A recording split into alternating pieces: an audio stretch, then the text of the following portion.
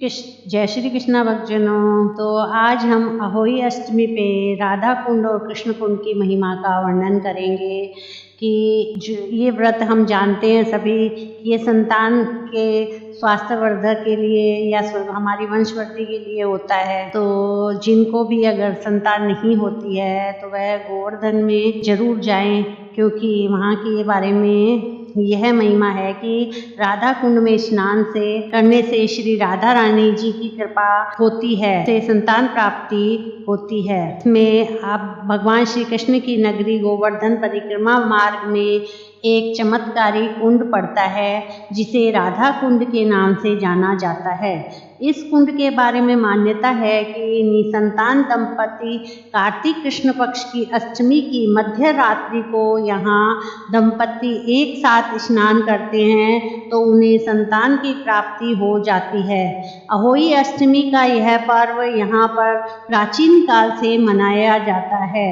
इस दिन पति और पत्नी दोनों ही निर्जला व्रत रखते हैं और मध्य रात्रि में राधा कुंड में डुबकी लगाते हैं। तो ऐसा करने पर उस दंपति के घर में बच्चे की किलकारियां शीघ्र ही गूंज उठती है।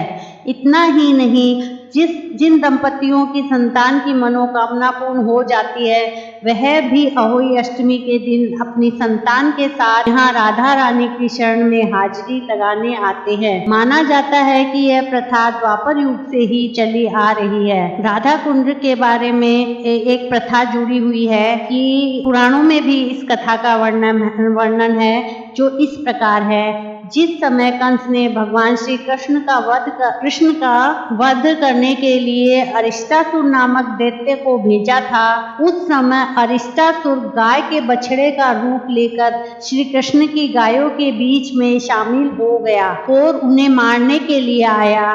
भगवान श्री कृष्ण ने उस दैत्य को पहचान लिया। इसके बाद श्री कृष्ण ने उस दैत्य को पकड़कर जमीन पर फेंक दिया और उसका वध कर दिया। यह देखकर राधा जी ने श्री कृष्ण से कहा कि उन्हें गो हत्या का पाप लग गया है। इस पाप से मुक्ति के लिए उन्हें सभी तीर्थों के दर्शन करने चाहिए। राधा जी की बात सुनकर श्री कृष्ण ने नारद जी से इस समस्या के समाधान के लिए उपाय मांगा। देवर्षि नारद ने उन्हें उपाय बताया कि सभी तीर्थों का आह्वान करके उन्हें जल रूप में बुलाए और उन सभी तीर्थों के जल को एक साथ मिलाकर स्नान करें, जिससे उन्हें गो हत्या के पाप से मुक्ति मिल जाएगी। नारद जी के कहने पर श्री कृष्ण ने एक कुंड में सभी तीर्थों के जल को आमंत्रित किया और कुंड में स्नान करके पाप मुक्त हो गए। इस कुंड को कृष्ण कुंड कहा जाता है, जिसमें स्नान करके श्री कृष्ण गो हत्या के पाप से मुक्त हुए थे। माना जाता है कि इस कुंड का निर्माण श्री कृष्ण ने अपनी बांसुरी से किया था। नारद जी के कहने पर ही श्री कृष्ण ने यह कुंड अपनी बांसुरी से खोदा था और सभी तीर्थों से उस कुंड में आने की प्रार्थना की, जिसके बाद सभी तीर्थ उस कुंड में आ गए। इसके बाद श्री कृष्ण के कुंड को देखकर राधा जी ने भी अपने कंगन से एक कुंड खोदा।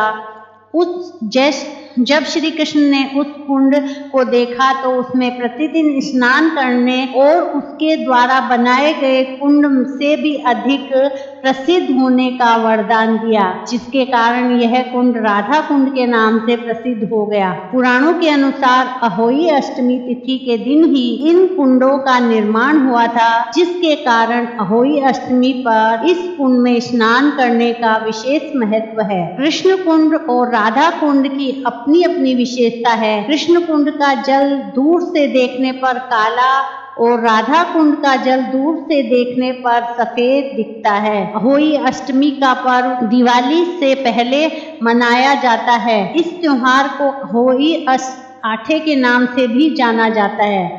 धार्मिक मान्यता यह भी है कि इस दिन शुभ मुहूर्त में उपवास और व्रत से संतान सुख की प्राप्ति होती है। तो राधे राधे भक्तजनों, प्लीज पसंद आए तो लाइक शेयर सब